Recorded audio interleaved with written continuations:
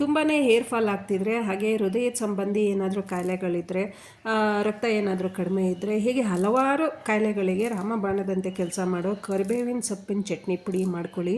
ಹೆಲ್ದಿಯಾಗಿರೋಂಥ ರೆಸಿಪಿಗಳು ಮಾಡ್ಕೊಳ್ಳೋದಕ್ಕಂತೂ ತುಂಬಾ ಯೂಸ್ ಆಗುತ್ತೆ. ಮೊದಲಿಗೆ ನಾನಿಲ್ಲಿ ಕರಿಬೇವಿನ ಸೊಪ್ಪನ್ನ ತೊಳೆದು ಸೋರಿಸಿ ಈ ಥರ ಬಿಡಿಸಿಟ್ಕೊತಾ ಇದ್ದೀನಿ.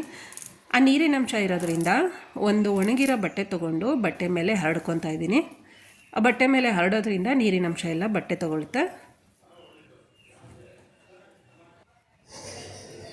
ಕಡಲೆಬೇಳೆ ಅರ್ಧ ಬೌಲು, ಧನಿಯಾ ಅರ್ಧ ಬೌಲು, ಉದ್ದಿನಬೇಳೆ 2 ಸ್ಪೂನು, ಬೆಳ್ಳುಳ್ಳಿ 1 ದಪ್ಪದು, ಜೀರಿಗೆ 2 ಸ್ಪೂನು, ಬಿಳಿ ಎಳ್ಳು 1 ಸ್ಪೂನು, ಕಡಲೆ ಬೀಜ ಅರ್ಧ ಬೌಲು, ಒಣಮೆಣ್ಸಿಕಾಯಿ 6-7, ಹುಣಸೆ ಹಣ್ಣು ನೋಡಿ 1 ಚಿಕ್ಕದ ಗೋಲಿ ಗಾತ್ರ, ತುರಿದಿಟ್ಕೊಂಡಿರೋಂಥ ಒಣಗೊಬ್ಬರಿ, ಇಂಗು ಸ್ವಲ್ಪ, ರುಚಿಗೆ ತಕ್ಕ. ಸ್ಟವ್ ಮೇಲೆ ಬಾಣಲಿ ಇಟ್ಟು ಸ್ಟವ್ನ ಆನ್ ಮಾಡ್ಕೊಳ್ಳೋಣ. 1 ಸ್ಪೂನಷ್ಟು ಎಣ್ಣೆ ಹಾಕ್ಕೊಳ್ತಾ ಇದ್ದೀನಿ.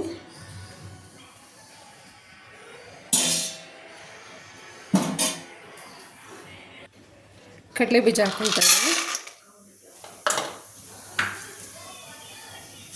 ಕಡಲೆಬೇಳೆ,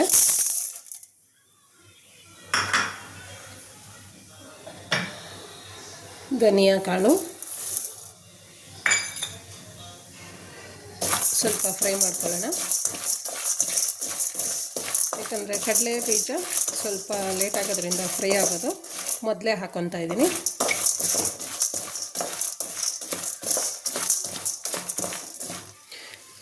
ಕಡಲೆ ಬೀಜ, ಕಡಲೆಬೇಳೆ, ಧನಿಯಾ ಕಾಳು ಸ್ವಲ್ಪ ಫ್ರೈ ಆದಮೇಲೆ ಉಳಿದಿರೋ ಪದಾರ್ಥಗಳನ್ನ ಹಾಕೋಬೇಕಾಗುತ್ತೆ.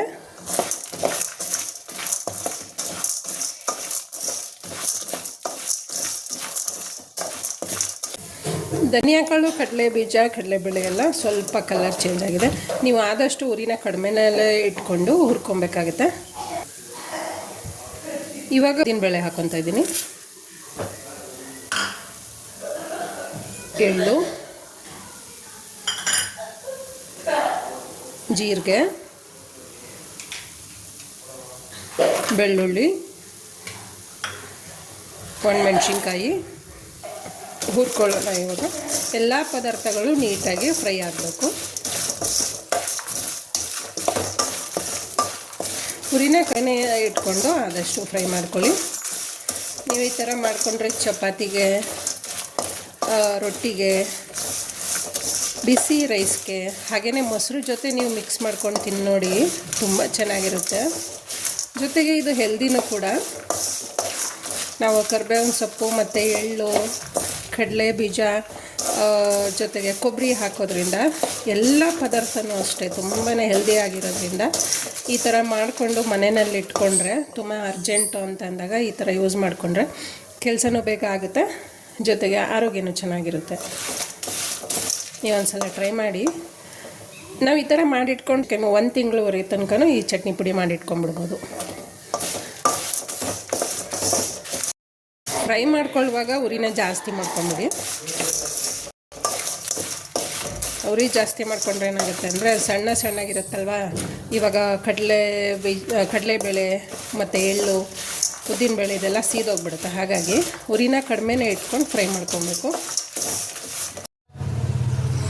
ನೋಡಿ, ಕರಿಬೇವಿನ ಸೊಪ್ಪು ಆಲ್ರೆಡಿ ತೊಳೆದು ಒಂದು ಬಟ್ಟೆ ಮೇಲೆ ಹಾಕಿದ್ದೆ ಅಲ್ವಾ, ಎಲ್ಲ ನೀರೆಲ್ಲ ಒಣಗಿ ನೀಟಾಗಿ ಡ್ರೈ ಆಗಿದೆ. ಇವಾಗ ಇದನ್ನು ಹುರಿಯೋದಕ್ಕೆ ಹಾಕ್ಕೊಳ್ಳೋಣ. ಕರಿಬೇವಿನ ಸೊಪ್ಪು ಹಾಕ್ಕೊತಾ ಇದ್ದೀನಿ. 2 ಹಿಡಿಯಷ್ಟು ಕರಿಬೇವಿನ ಸೊಪ್ಪು ಹಾಕ್ಕೊಂಡಿದ್ದೀನಿ.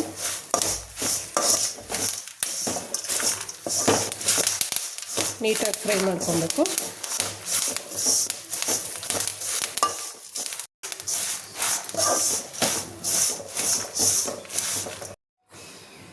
ಲಾಸ್ಟಲ್ಲಿ ಕೊಬ್ಬರಿ ತುರಿ ಹಾಕ್ಕೊತಾ ಇದ್ದೀನಿ.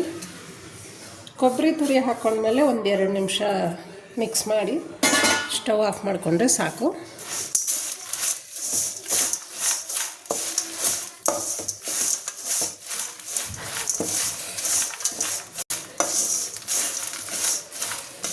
ಸ್ಟವ್ ಆಫ್ ಮಾಡ್ಕೊಳ್ಳೋಣ. ಈಗ ಆರಾಕ್ಬಿಡ್ತೀನಿ.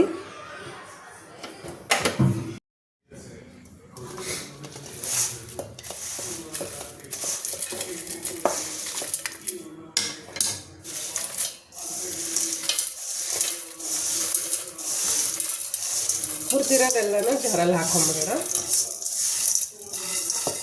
ಸ್ವಲ್ಪ ದಪ್ಪ ದಪ್ಪ ಥರ ಮಿಕ್ಸಿಲಿ ರುಬ್ಕೊಂಡ್ರೆ ಸಾಕು, ತೀರಾ ನುಣ್ಣಗೇನು ಬೇಡ.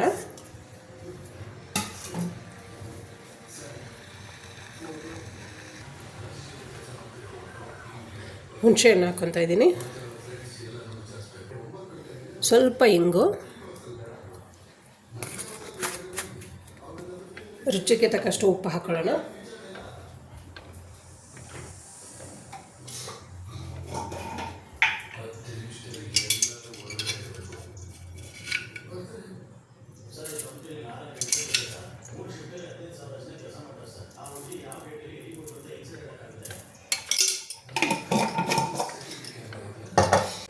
ಈಗ ರುಬ್ಕೊಂಬರೋಣ. ಇವಾಗ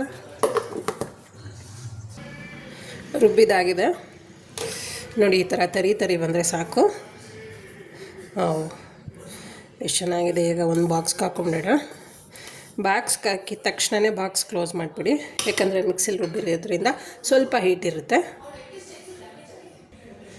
ಈ ಥರ ನೀರಿಲ್ದಿರೋ ಬಾಕ್ಸ್ನ ತೊಗೊಂಡು ಬಾಕ್ಸಿಗೆ ಶಿಫ್ಟ್ ಮಾಡ್ಕೊತಾ ಇದ್ದೀನಿ.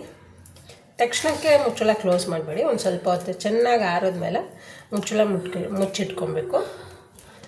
ಫ್ರಿಜ್ಜಲ್ಲಿ ಇಟ್ಕೊಂಡ್ರೆ ನೀವು 1 ತಿಂಗಳ ತನಕನೂ ಇಟ್ಕೊಬೋದು. ಎಲ್ಲಾದರೂ ಹೊರಗಡೆ ಹೋಗುವಾಗ ಚಪಾತಿ ಜೊತೆಗೆ ಈ ಥರ ಚಟ್ನಿ ಪುಡಿ ಮಾಡಿಕೊಂಡ್ರೆ ಸಾಗು ಮಾಡ್ಕೋಬೇಕು ಅನ್ನೋ ಅವಶ್ಯಕತೆಯೂ ಇರೋಲ್ಲ. ಸಾಗು ಮಾಡಿಕೊಂಡ್ರೆ ಚೆಲ್ಲೋಗುತ್ತೆ ಅನ್ನೋ ಟೆನ್ಷನ್ ಇರುತ್ತೆ. ಈ ಥರ ಚಟ್ನಿ ಪುಡಿ ಮಾಡಿಕೊಂಡ್ರೆ ತುಂಬಾ ಹೆಲ್ದಿಯಾಗಿರುತ್ತೆ.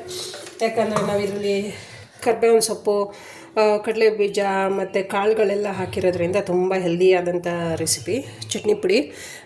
ಫ್ರೆಂಡ್ಸ್, ಕರಿಬೇವಿನ ಸೊಪ್ಪಿನ ಚಟ್ನಿ ಪುಡಿ ರೆಡಿ ಆಯಿತು.